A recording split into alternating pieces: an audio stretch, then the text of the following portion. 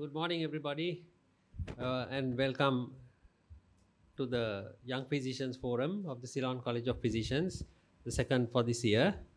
We have two speakers, Dr. Neomal De Silva, who is a Senior Registrar in Endocrinology of the University Medical Unit, who is going to speak first on insulin, a 100-year journey. And our second young physician is Dr. H.M. L.Y. Herath, who is a Senior Registrar in General Medicine from the National Hospital Kandy, who will speak on vaccines, past, present, and future. I would like to invite Dr. Neomal De Silva to speak, to do the first part of the Young Physicians Forum. Over to you, Dr. Silva.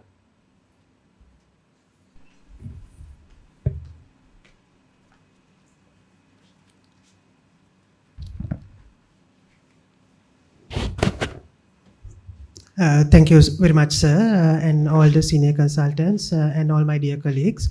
First of all, I would like to thank Ceylon College of Physicians for giving me this opportunity to be in this forum. So today I will be talking about insulin, 100-year journey. So as you know, this year marks the 100 years since the initial discovery of insulin. So I thought it would be a proper opportunity to talk about insulin, how it has progressed since that initial discovery. So this is the outline of my presentation. First, I will be talking about the structure and physiology in very brief, and then something about the history of insulin, and then about animal and human recombinant insulin, and then about the rapid-acting analogs as well as the long-acting analogs available to us, and then the premix insulin, and then something about the biosimilars, and then technology in insulin delivery with regard to the future of insulin therapy. So first, if we go to the structure and physiology, so as you can see, insulin is a polypeptide chain. Initially, this is actually single chain, but when the C peptide is cleaved off, it becomes two chains, A chain and the B chain, and they are combined by two disulfide bonds, interchain, and one intra-chain disulfide bond. And this is the most important thing we need to realize, that insulin exists as a hexamer. So when it is released from the pancreatic beta cells to the bloodstream, they disintegrate into monomers. And these monomers are the biologically active form, and they exert all the biological effects of insulin. And this is the other concept that we need to understand, that there are two ways in which the insulin is secreted. So there's a basal secretion throughout the day to maintain the fasting blood sugar levels. And after a meal, there's a postprandial insulin surge to counteract the increased amount of glucose that is entering the body from the GI tract. So that is the normal physiology. And when in our insulin therapy, we try to mimic this as close to the physiological state as much as possible. So something about the history of insulin. As I mentioned before, insulin was first discovered in 1921 by these four gentlemen. First one is Dr. Frederick Grant Banting. He was actually a surgeon and was not actually a very successful surgeon. Because of that, he had to work at a university as a demonstrator. Then he stumbled upon the idea of using pancreatic extracts for the treatment of diabetes. And then John James McLeod was the professor of physiology who gave the theoretical background, because Dr. Banting did not have any sort of postgraduate qualification, so much theory knowledge regarding experimentation. Then Charles Best was the medical student who helped Dr. Banting, and James Collip was the chemist who helped to purify the insulin. So I just need to reiterate that the backdrop in which insulin was discovered. Now we consider diabetes to be a manageable chronic condition. However, when the insulin was discovered, type 1 diabetes especially was a certain death sentence. So there were hundreds and thousands of children dying in wards due to type 1 diabetes. So they were just left in wards because there was nothing else to be done. So this was a real transformation, and I think we should be really grateful to all these gentlemen for giving us insulin and for transforming the lives of millions of people. So this is a brief timeline of how insulin has evolved. Now I would like to talk about animal and human recombinant insulin.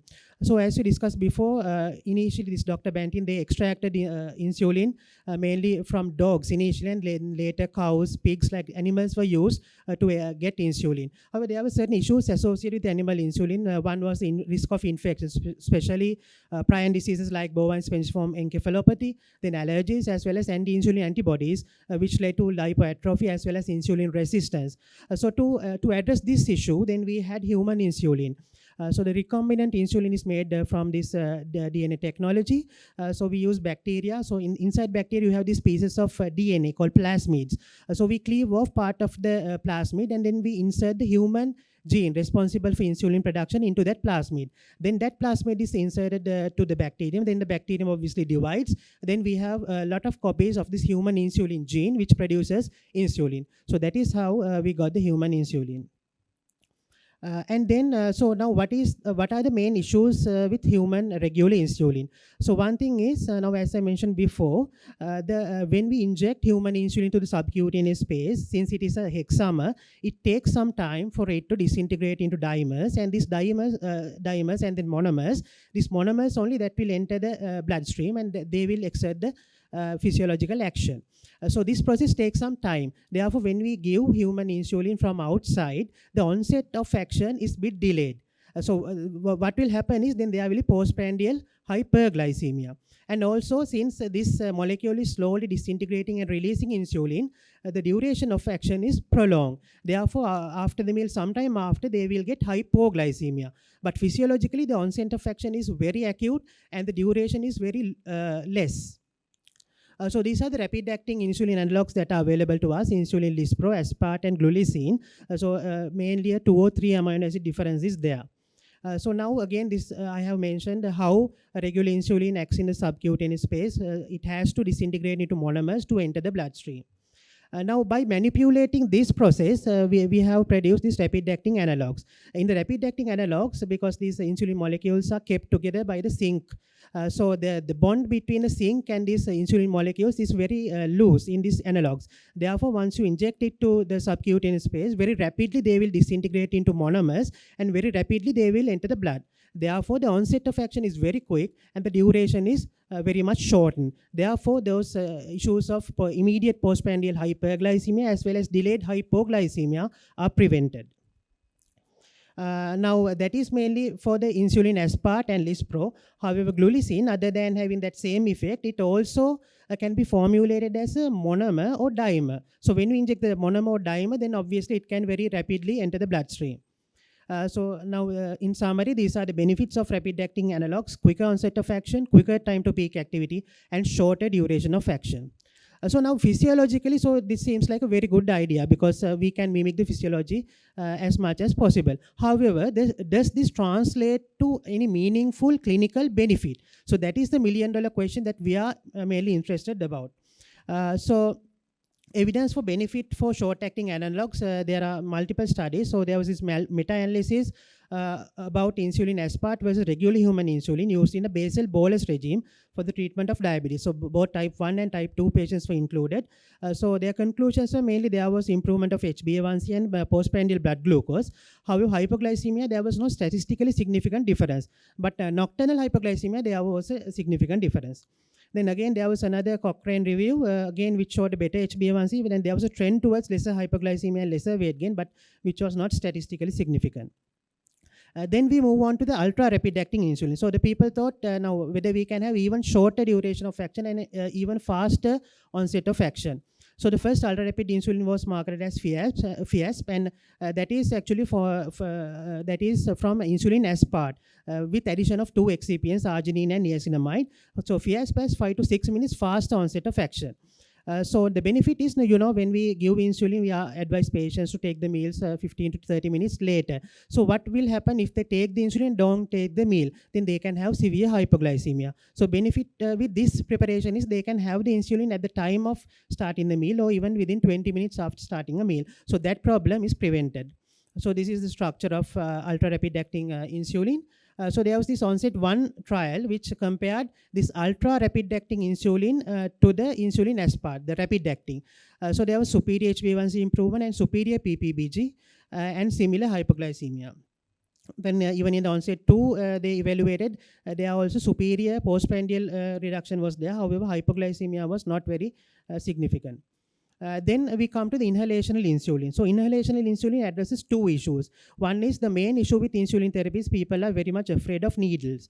Then the other thing is when you give inhalational insulin, since it goes through the lungs, the onset of action is very quick. And actually, inhalational insulin is just human regular insulin, which is formulated as a powder. Since it does not go through the subcutaneous space and all, it immediately enters the blood. So this seems like a very promising approach to insulin therapy. However, the first inhalational insulin was later discontinued due to certain issues.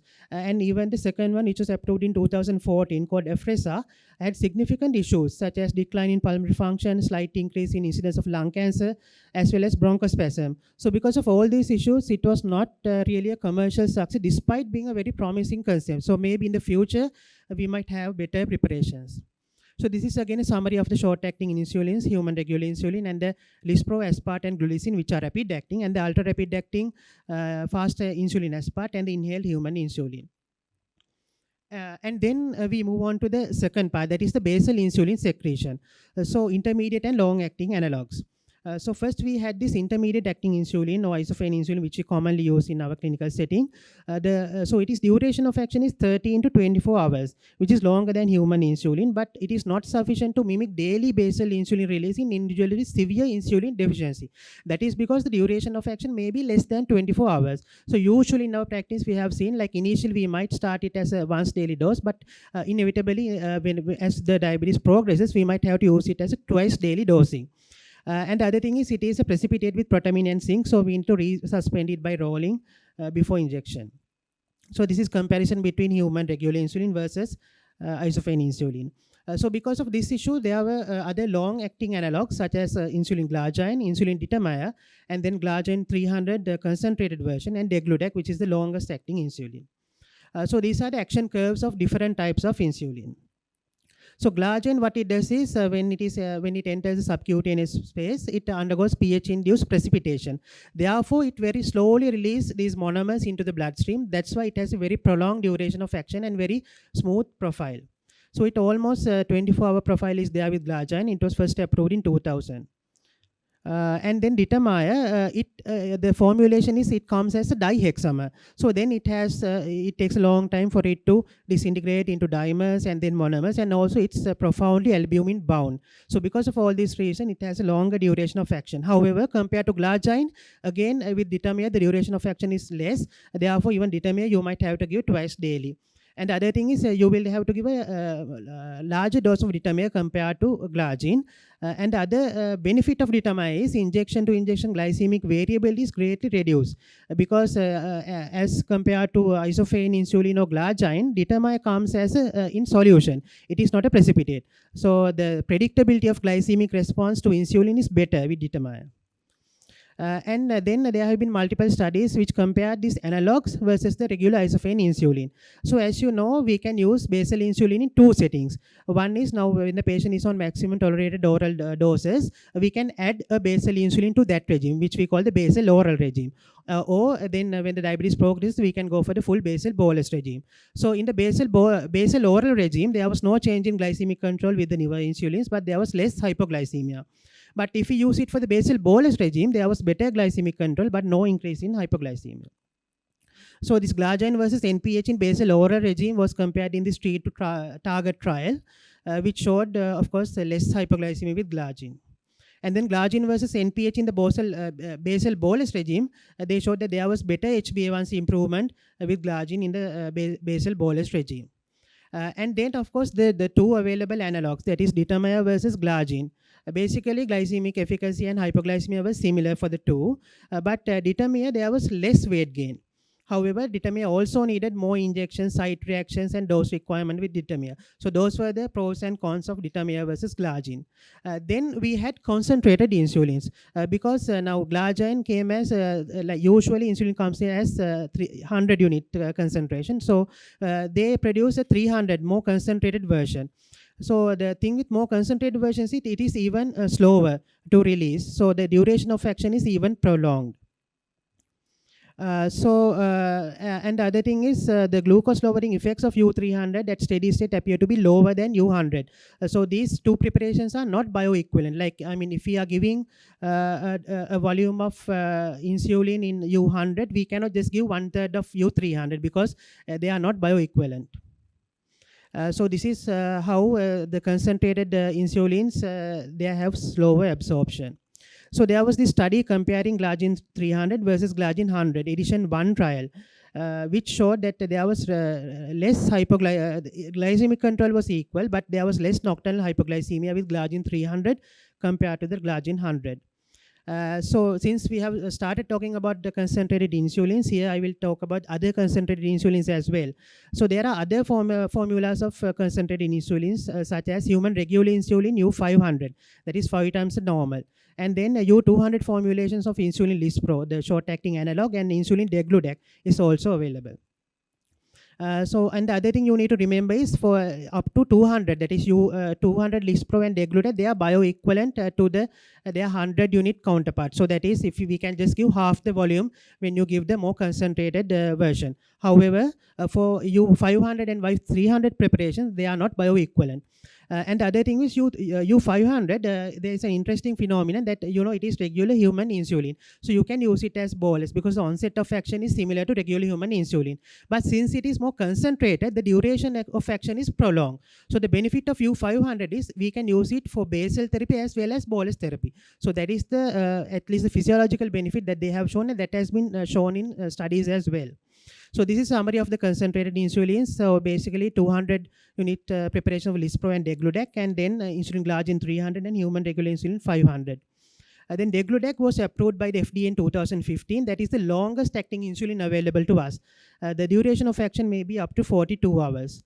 So the degludec comes as multi-hexamer, so it has to dissociate into these dimers and monomers to exert its action. And as you can see, it has a very flatter profile. So the efficacy and safety of degludec was evaluated in this study, in this NEJM article, DEVOTE study, which showed that non-inferior CV outcomes, and there was less hypoglycemia and equal glycemic control with degludec. So evolution in a nutshell, so if we give a summary, if we compare glargine 100 to detamir versus NPH, there was similar HbA1c and less hypoglycemia with basal oral, and lower HbA1c with similar hypoglycemia when we used for basal bolus. And glargine 100 versus detamir, there was more weight gain. And long-acting analogs, glargine 300 had the similar HbA1c but less hypoglycemia. Degludec main benefit was less hypoglycemia. So this is again a summary of the basal insulins, starting with intermediate acting NPH and then glargine, detamir, and degludec. So then the other issue with insulin therapy is now, when we give this basal bolus therapy, we might have to give about 4 injections, which patients really don't like. Therefore, they thought of combining a basal insulin and a bolus insulin and then giving it as 2 times daily. These insulin preparations, they may be human regular insulin with NPH insulin, or it may be a mixture of analogs. So premix insulin, usually there is 70% of NPH with 30% human regular insulin. So we have to give it about 30 minutes before the meals. And this rapid then premix analogs, usually Lispro with its protamine suspension. So Lispro is the short-acting counterpart, and protamine suspension of Lispro is the long-acting version. Similarly, aspart also has the short-acting analog. It has protamine suspension, which is long-acting. So this is the analog mixtures we have. Then again, there is a mixture of degludec and aspart. Degludec is that longest-acting insulin which we talk about, and it is combined with aspart. So then when we talk about premix insulins, they are well established for the treatment of type 2 diabetes. However, the thing with premix insulin is we cannot change the bolus dose according to the meal and patient's requirements. So this is ideal for patients who have very regular meal patterns and very regular the times of taking meals. Otherwise, they can have hypoglycemia and certain issues. And the other thing is now, as you know, these analog versions are much more costly compared to the human insulin. However, if we compare the premix analogs versus the premix insulin, main benefit was in the postprandial blood glucose reduction. So HbA1c and fasting blood sugar, they were almost similar. So the only benefit is in postprandial blood glucose reduction when we get the premix analogs. And then the other thing is short-acting and intermediate combination, like what we use. The one issue is midday hypoglycemia and post-lunch hyperglycemia, because if we give something like Mixtard twice daily, it does not cover the lunch because there is no soluble insulin component to cover the lunch. So they can have post-lunch hyperglycemia. So the ideal combination would be a basal and rapid acting.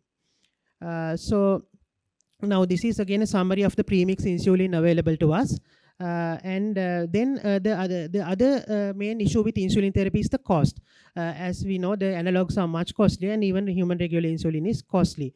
So to address that, they develop these biosimilars, that is like the generic drugs. So after the patent period is over, they make these biosimilar drugs. So they have helped to make insulin therapy more affordable, because cost is again major issue in insulin therapy. Then when we talk about the technology in insulin delivery, now despite advances in technology, insulin therapy is a very cumbersome business, because patients need to monitor their blood sugar levels, then they need to inject insulin 3 or 4 times a day. So that is a very cumbersome business. So to counteract that, the future we hope will be something like an artificial pancreas, where there is a self blood glucose monitoring, and there is a insulin pump which gives insulin according to the blood sugar values. So they will have these other parameters like time in range, etc. So this new hybrid closed loop systems, such as this T-Slim X2, now has been approved by the FDA. So that is one thing that is coming in the future.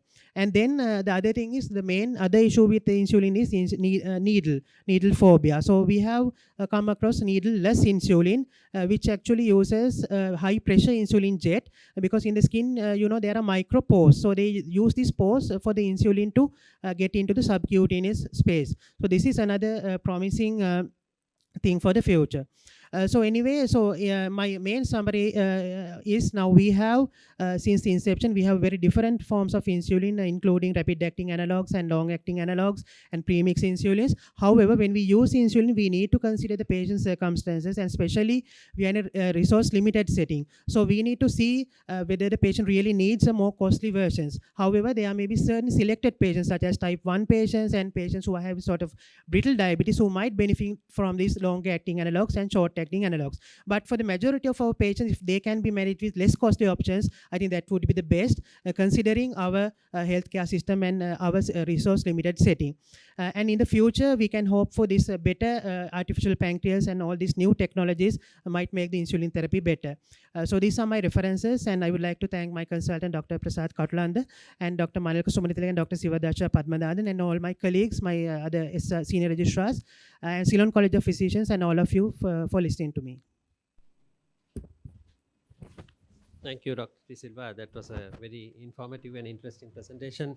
We have time for some questions, if there are any from the audience.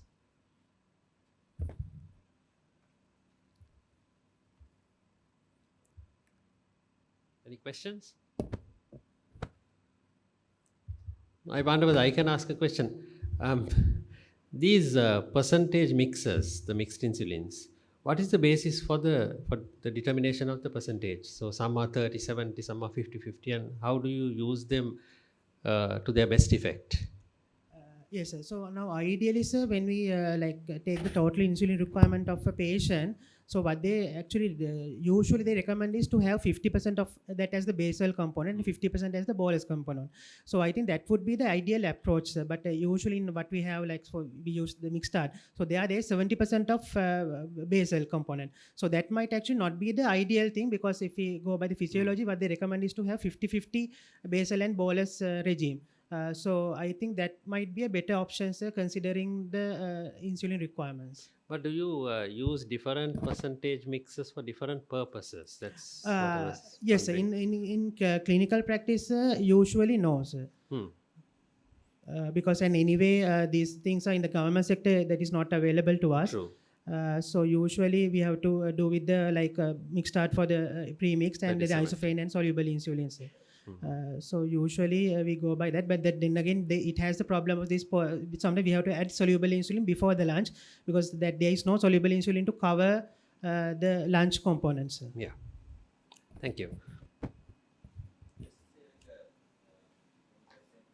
Just a minute, the microphone is here.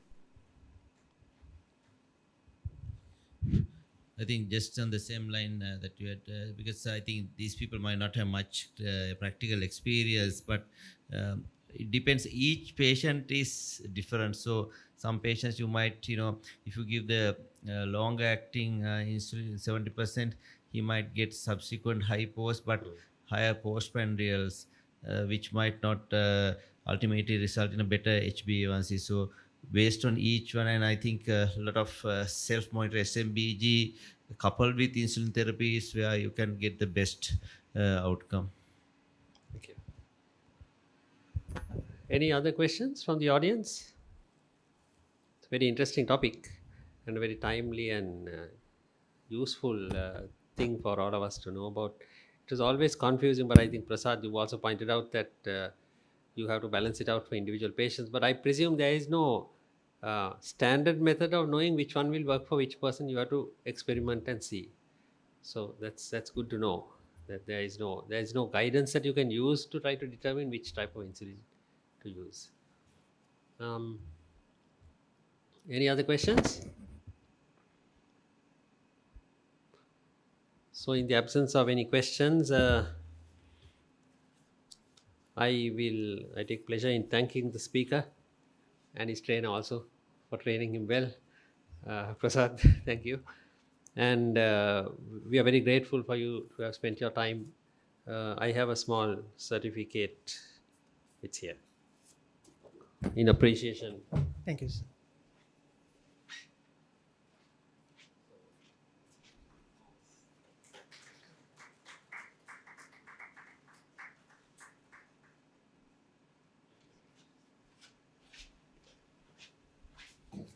So now we have our second speaker on the Young Physicians Forum, Dr. Herath, Dr. H.M. L.Y. Herath, who is going to speak to us on vaccines, past, present, and future. A very timely sort of talk, I'm sure, in the light of these COVID vaccines generating a lot of interest. Over to you, Dr. Herath. Thank you.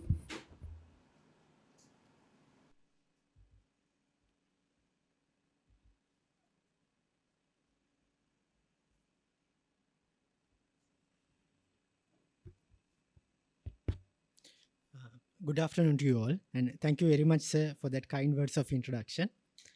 And I must congratulate Dr. Neomal for his wonderful presentation, and also I should thank CCP for giving me this wonderful opportunity. And before starting my presentation, I hope all of you had this vaccine and also probably experienced a couple of nights of chills and body aches. So I'll start my presentation with an interesting picture. This is an ancient Egyptian king who ruled ancient Egypt about 3,000 years back. His name is King Ramses. His mummy was recovered in 1898, and scientists found, I wonder if you can see, he had a lot of skin lesions, and it turned out to be smallpox. So this is the oldest known person to have died of smallpox. Smallpox over the thousands of years killed millions of people.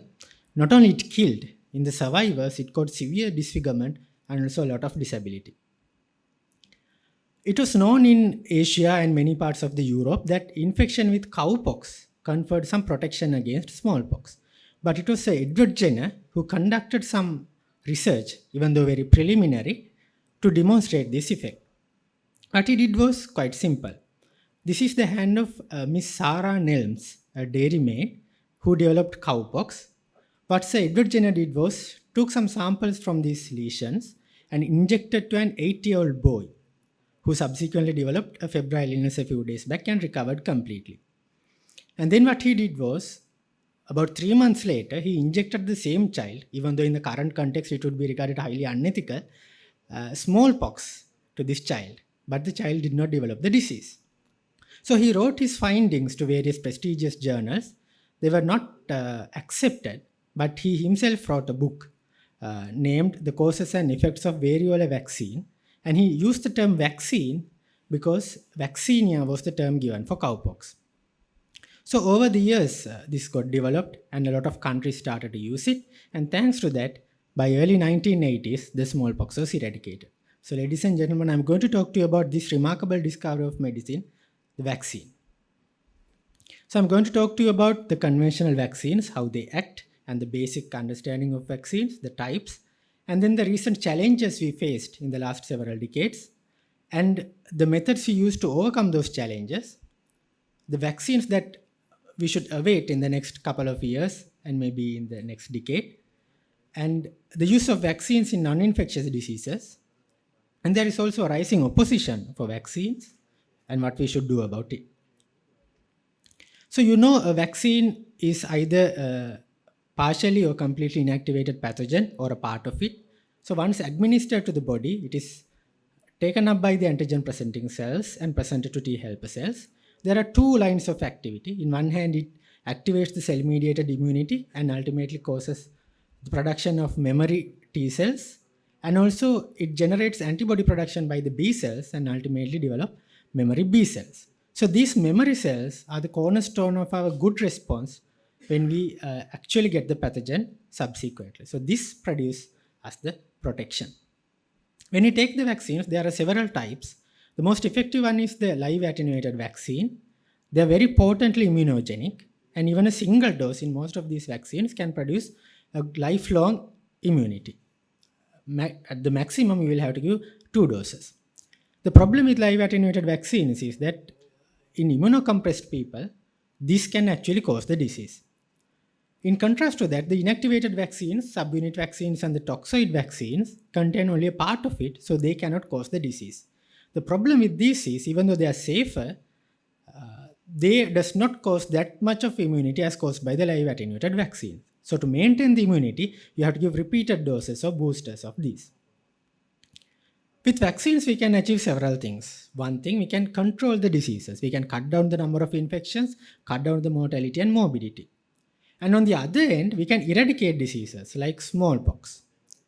Sometimes we can eliminate diseases. The difference between elimination and eradication is that once a disease is eradicated, you don't even have to vaccinate to maintain that status.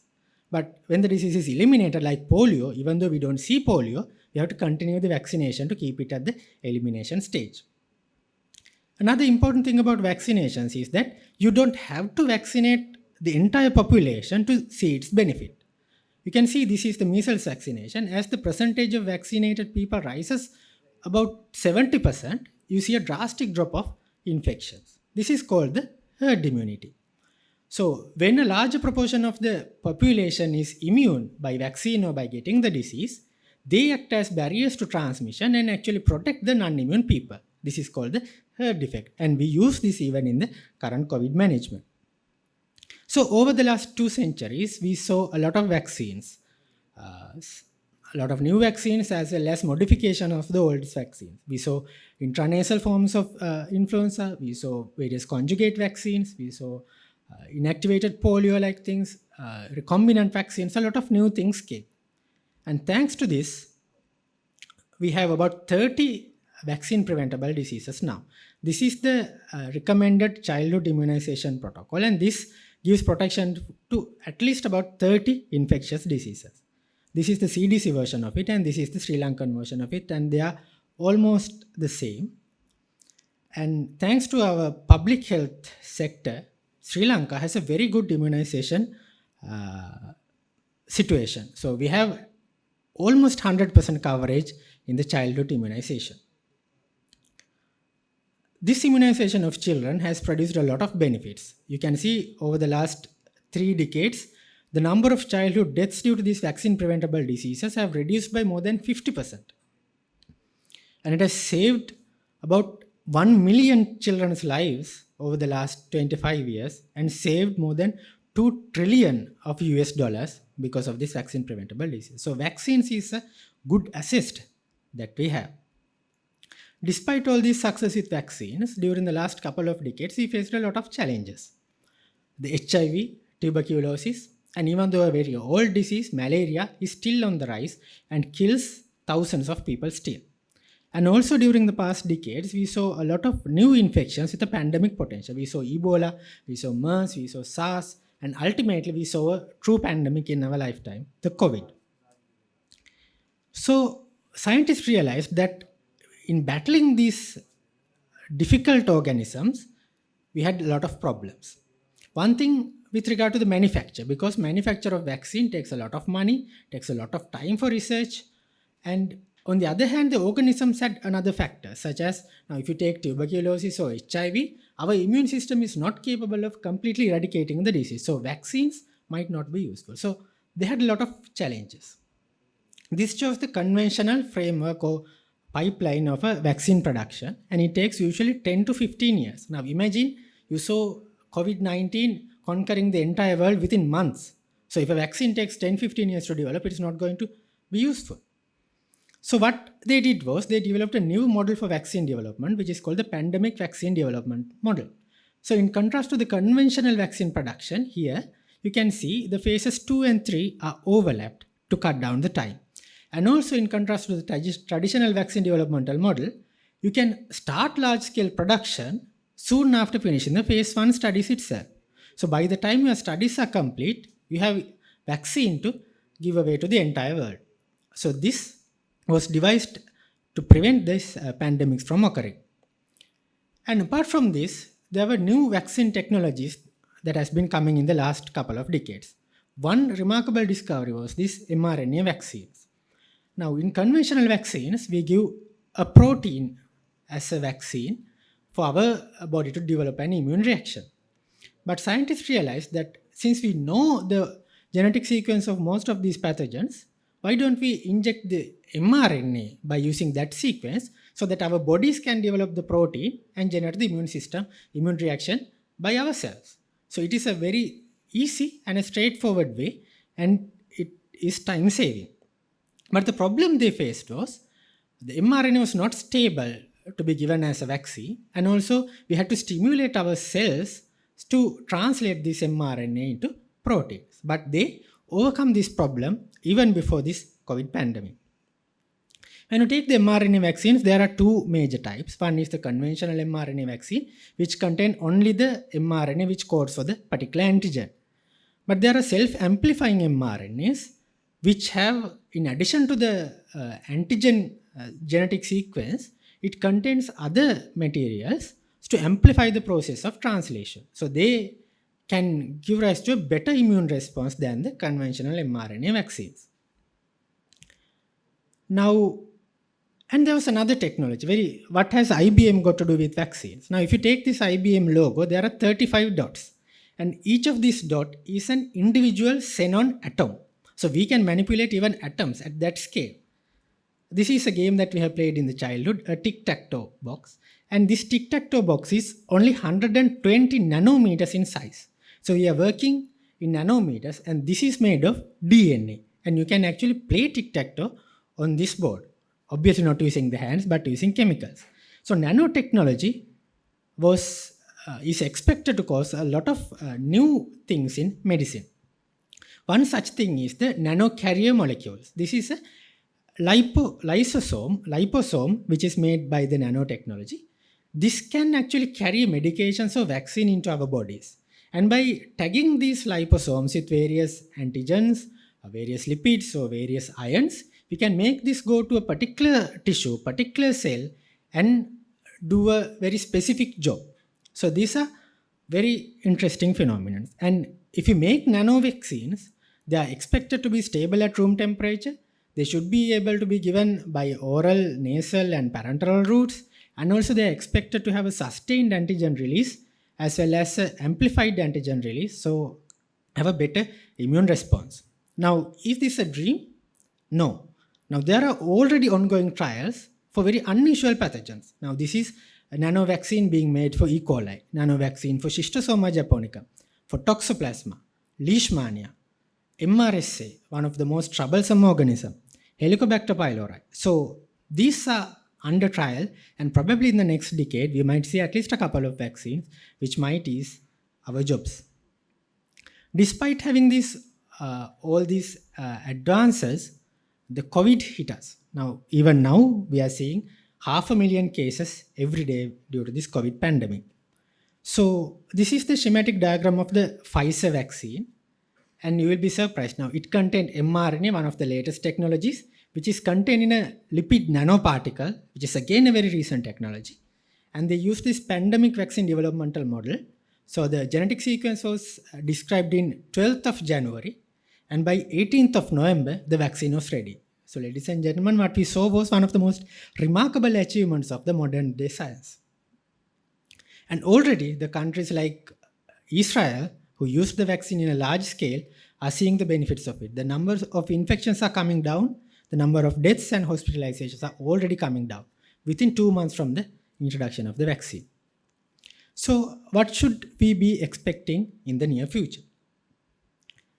So this press release was released only about 5 days back, 3rd of February. Now, making a vaccine for HIV was always a dream. The problem was HIV is a virus with very high rate of mutations. So if you give one antigen which is contained in this HIV, it will not work because another virus will have a different antigen. So having a single antigen or antibody for a single antigen is not going to work. So scientists then found out that there is a different type of antibodies which are called these BNAMs, which target more than one antigens. So this can be a solution for HIV because even though they are mutated, if you take a group of antigens, you can cover most of these HIV strains. These are called broadly acting antibodies. The problem with these active antibodies is that they are secreted by only a very specific type of B cells. These B cells are very rare. Only 1 in a million of a B cell clone has this ability to produce these BNAMs. But on this recent research, they have given the vaccine and were able to stimulate this particular B cells, and in 90% of this population were able to demonstrate the presence of these broadly neutralizing antibodies. So HIV vaccine is not a dream anymore, and probably in the next 5-10 years we might see a successful HIV vaccine. There had been a lot of studies going on to create a vaccine for tuberculosis. Various whole cell vaccines, live and inactivated, viral vector vaccines, and also adjuvanted protein subunit vaccines were on the pipeline. There's another very recent article published in the NEJM in December 2020, where they have selected a group of people who had positive interferon gamma releasing assay, and they have given this new vaccine M72AS01E, and they have demonstrated that this population were less likely to develop the overt tuberculosis in 3 years of follow-up. So a TB vaccine is also probably in the horizon. Malaria kills millions of people, especially in the underdeveloped countries. A vaccine for malaria is a difficult thing. Now, the most successful vaccine, which is being tested since 2019, and they're expecting to cover about 360,000 children by 2022, is only 30 to 50% effective. But even at that rate, it might prevent millions of deaths. So malaria vaccine is also coming, and probably by 2025, there will be research evidence. Apart from preventing deaths and preventing hospitalizations, vaccines have other benefits also. Now, this graph shows the resistant types of pneumococci before and after implementing routine pneumococcal vaccination. You can see by 2007 and 2008, there's a drastic drop of resistant number of pneumococci. So vaccines, in one way, reduces the antibiotic resistance as well. And can we use vaccines for non-infectious diseases? Yes, we can prevent cancers by giving vaccines. We all know the HPV vaccines and hepatitis B vaccines prevent cancers. And also the scientists have found out that a lot of cancers express various antigens on these malignant cells. So already there are 2 vaccines, one for the advanced prostate cancer and one for the melanoma skin cancer, which are effective in at least partially suppressing this malignant activity. But there's a problem in making vaccines for malignancies. One thing is, whenever you have a malignancy, the malignancy itself suppresses our immune system. That is one problem. On the other hand, if you are giving a vaccination for prevent an infection, what you have to tackle is maybe 100 or thousands of pathogens. But in a malignancy, you have billions of cells that you have to fight against. So that kind of dramatic immune response getting by a vaccine is difficult. So those are the 2 major challenges that the scientists are facing in cancer vaccines, but probably they will overcome that as well. Can we use vaccines to prevent the non-communicable diseases? How about a vaccine to prevent hypertension, a vaccine to prevent atherosclerosis, or a vaccine to prevent diabetes? My colleague Neomal might lose his job. So there are trials ongoing to target various antigens like GAD, DPP4, and for atherosclerosis, PCSK9 and various apolipoproteins, and for hypertension, renin. But unfortunately, these trials are not showing much of promise. So the trial evidence is still not good, and we might not see a vaccine to prevent non-communicable disease anywhere in the near future. Despite having all these advantages with vaccines, we have a strong opposition, that is this anti-vaxxer community. They have a lot of arguments against vaccines. Some go to an extent to even believe that Bill Gates sponsors the vaccines to insert microchips into our bodies to control ourselves. So there are a lot of arguments, and because of these arguments and because of this lot of talk going on and this internet-based disinformation, we have a serious problem. Now, if you take the Europe alone, about 70 to 60% of people feel that vaccines are probably unsafe. So only in 2016, only 31% of 6-year-olds in Ukraine had received the second dose of measles vaccine, which is very tragic. And you can see the numbers. By 1 year, there is more than 50,000 rise in measles infection in the Ukraine. So we are facing a very serious threat to our childhood protection. So we all know it's the adults who take decision for the children. And if we are not to educate the adult regarding the safety of the vaccines, then these childhood immunization programs will collapse. So CDC has given various recommendations to educate the public, and they suggest these 10 things to be discussed with the adults. So things like vaccine preventable diseases are still there, vaccines will keep you healthy, it is as good as exercise and good diet. Sometimes the vaccine preventable diseases can cause deaths, the vaccines are safe and the vaccines do not give you the disease, and it is a social responsibility to prevent your children as well as your parents. Even though we have a very good childhood immunization program, when it comes to adult vaccination, we are kind of lagging behind. The CDC has a adulthood vaccination schedule, but we don't practice that in our country. So what are the vaccines that we can give to adults? So out of all the vaccines, the influenza vaccine and pneumococcal vaccines are two of the vaccines that are recommended for even the healthy adults. And in West, the TDP booster is given because after starting this acellular pertussis vaccine, there is a rise of some pertussis cases. But this may not be applicable to our country. And also the varicella vaccine for those who have not developed varicella infection in the past. And also zoster vaccine for prevention of varicella zoster and the post-herpetic neuralgia. So should we use these vaccines routinely in our population? So far we don't have much of data, and we urge all these doctors who practice medicine to do surveys and to find out the cost effectiveness of using these vaccines in our setting. Even though we don't vaccinate the healthy people, we should at least target these populations, the people with end-stage renal disease, people with chronic heart or lung disease, patients with chronic liver disease, and patients with diabetes. At least these patients should be offered these vaccines. So what is the role of us, the adult physicians? So I think we have 4 major responsibilities. One thing is education of the adults, because if they don't feel the vaccines are safe, they will not administer these vaccines to the children, and we will be facing a very serious consequence. And also vaccinating adults is also something that we should keep in our mind, and we should grab the opportunity in each and every other consultation and should offer them, at least for those who have chronic diseases and to those who are traveling. We should encourage them to get the vaccine even though they are not available in the government sector.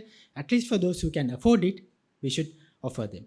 And research is very important because we don't know which vaccines to be given and the population that we should target for these vaccines. With that, I would like to conclude my presentation. I acknowledge CCP for giving me this opportunity, and also my current mentors, Dr. Kirti Kularatne and Dr. Sunil Bhavataki, physicians at National Hospital Kandy, and all my previous teachers who inspired me to take up this field of general medicine, my colleagues, and my family. And let me conclude by quoting this: vaccination is a medical sacrament corresponding to baptism. Thank you. Thank you very much, Dr. Herath. That was a very interesting talk. We have time for some questions. Arjuna. Yeah, thank you for that talk. As you talked about the measles MMR, who was the biggest villain who resulted in that drop in vaccination? I'm sorry, sir, I'm not aware of Andrew Wakefield, a paper that linked this MMR vaccine to autism. It's an absolute fraud paper. After that, most of the things, US, all those countries, the anti-vaccine thing started from, regenerated from them. Thank you, sir. Thank you, Arjun, for enlightening us. That's very interesting to know. Any further questions? Kamani. Congratulations for this your very interesting talk. Thank you, madam. The question is these new technologies will help to overcome the problems we are facing with the dengue vaccine? Is there anything on the horizon? Madam, I was going through actually for dengue, there is a serious shortage of new vaccine development, probably because it is not a serious condition when it comes to the Europe and the developed countries. So financial constraints are a major problem. And also, there was also a problem with because people who got the vaccine in some studies tend to develop a more severe infection because of the better immune response. So those two had to be overcome, and I think on the pipeline in the horizon there are no new vaccines for dengue.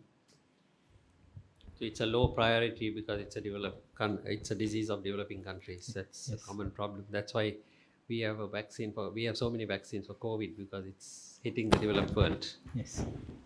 Yeah. Any other questions?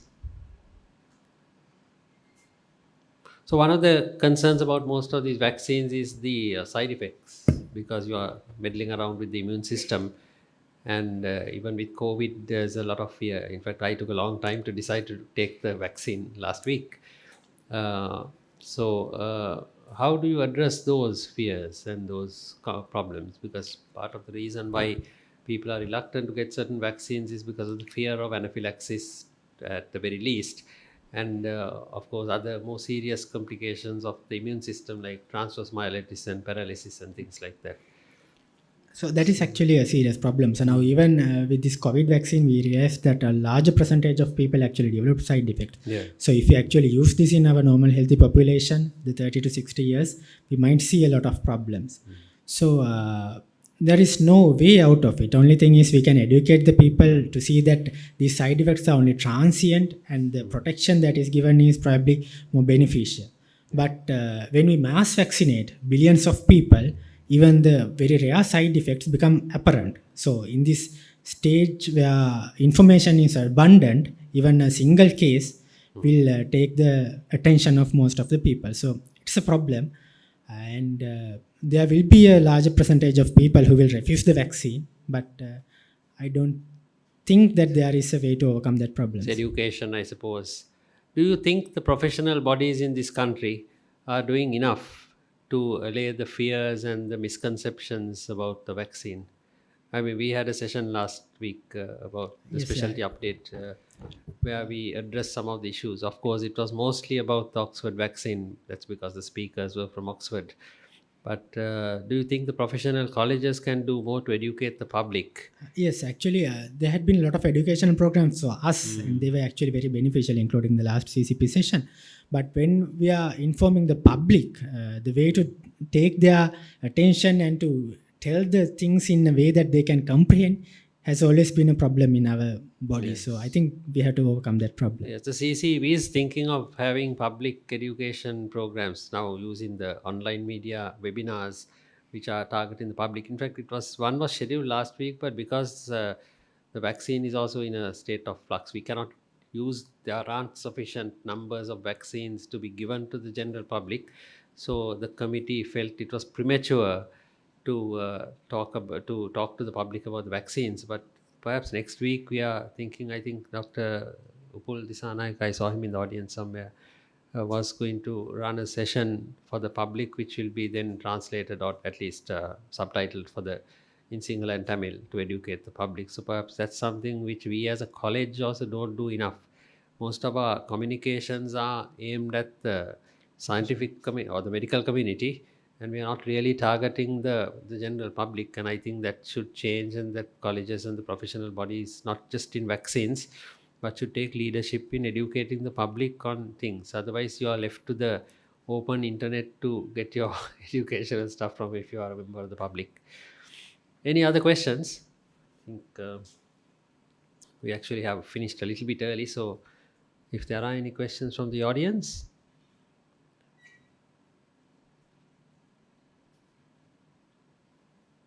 Priyamali, did you have a question? Or?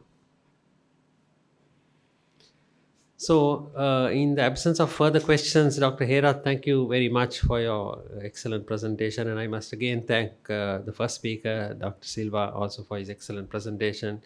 Very interesting to come for these young physicians forums because you learn so much and see things from a different perspective.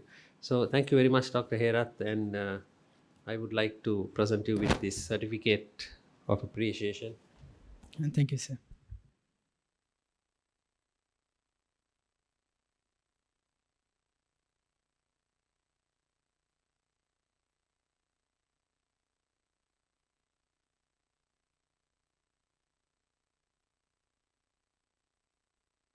At the end of the session, which is for the Young Physicians Forum, I must also thank the judges who are in the audience today, Professor Arjuna De Silva and Professor Kamani Vanigasuriya. On behalf of the college, thank you very much for your support.